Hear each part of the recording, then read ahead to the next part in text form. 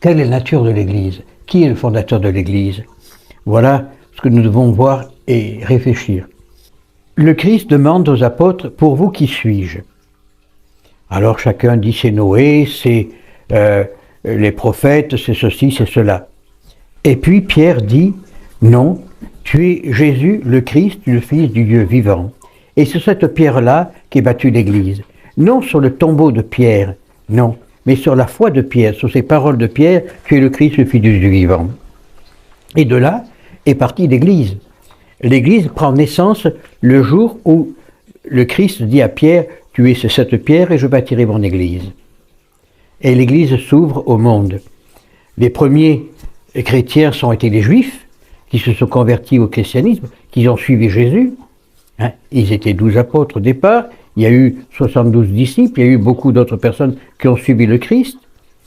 Puis, la mort du Christ sur la croix, où les apôtres sont déçus de cette mort parce qu'ils s'imaginaient que Jésus allait rétablir la royauté d'Israël, refaire d'Israël un royaume fort et puissant, et eux seraient ministres et auraient des avantages considérables.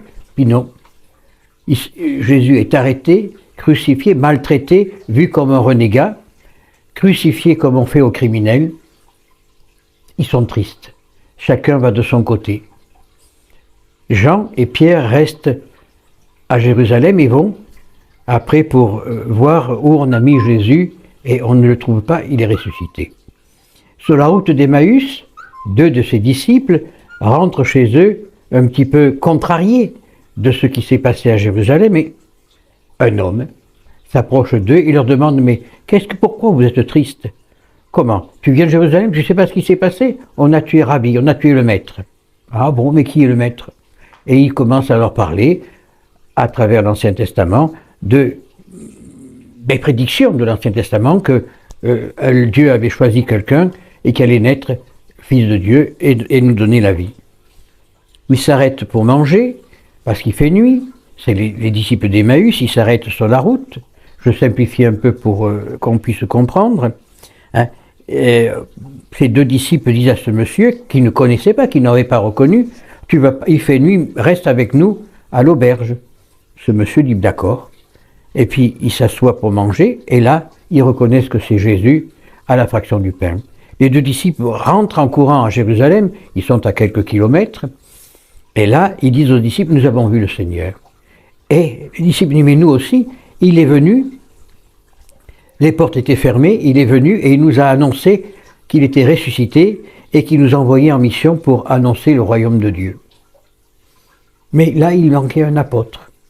Il manquait Thomas.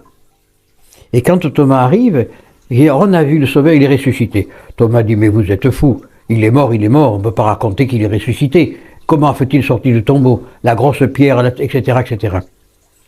Mais le dimanche suivant, tous les disciples sont là, les apôtres sont là, réunis dans la salle haute du Cénacle.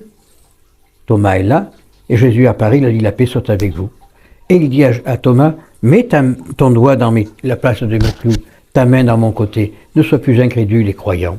Et Jésus, mon Seigneur et mon Dieu. Et là commence l'apostolat des apôtres. Ces apôtres qui étaient des pauvres gars, ils n'avaient pas d'instruction. Un était pêcheur, oui, Matthieu était receveur des impôts, donc il avait une certaine instruction. Et puis d'autres, les disciples des apôtres, comme Luc, étaient médecins. Et tout ça, Saint Jean avait un petit peu d'instruction, mais c'était des pauvres, des gens du peuple. À l'époque, il n'y avait pas les écoles comme il y a aujourd'hui. Il y avait l'école synagogale, mais c'est tout. Où ils apprenaient à lire les versets de l'Ancien Testament. Là, ils s'en vont tous. Le Christ monte dans la gloire de son Père, le Saint-Esprit descend et il les envoie tous en mission. Allez annoncer l'Évangile. De là est née l'Église. L'annonce de l'Évangile, c'est-à-dire l'annonce de la bonne parole de Dieu, en disant qu'il nous a envoyé son Fils pour nous sauver, et de là est venue la vérité. Vérité qui a suivi dans les cours des temps des choses qui sont peut-être pas belles tout le temps, avec les assassinats ou les meurtres qu'on a eus au cours des siècles.